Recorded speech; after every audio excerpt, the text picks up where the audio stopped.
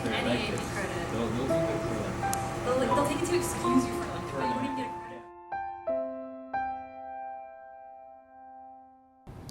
I started out grade school with a really prominent stutter.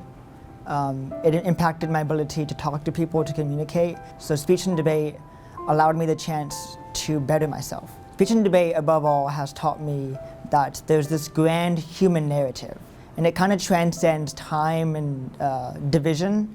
And this narrative is only accessible through communication.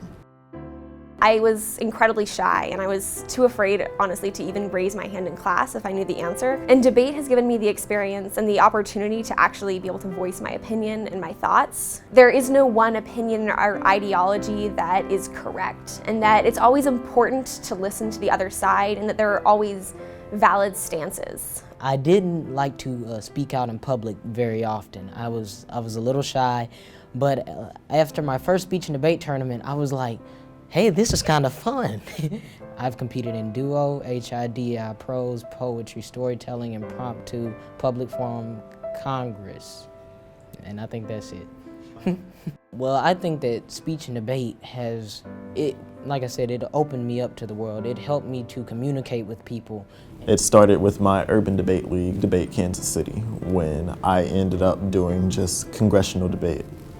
And I'll always remember that very first speech I gave where my knees were all shaking and knocking and everything. I think what sets me apart is it's being able to not only have competed in a ton of different events, but it's also being able to have the experience working in different types of speech spaces. I think the reason that speech and debate has been so influential for me is it's the first place where I've really been allowed to be emotionally vulnerable. The critical thinking skills and analytical skills that I'd like to think I've learned in extemporaneous speaking, I'm hoping, will take me to a position where I can use my privilege to benefit others. You know, whether that's working at a think tank to expose the voices of a minority, or maybe working on behalf of the African Union or something to stop terrorism. Obviously ambitious.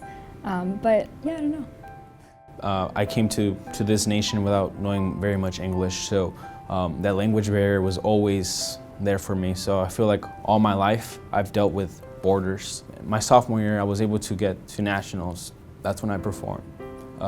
Cesar, which is a piece that hit me very to my heart because it talks about a father who has just lost his son to police brutality.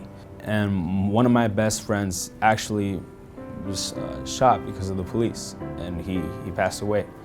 So being able to say that, to perform in front of thousands of people and tell the story of someone so very close to me, to represent my culture, to represent where I come from, that was amazing.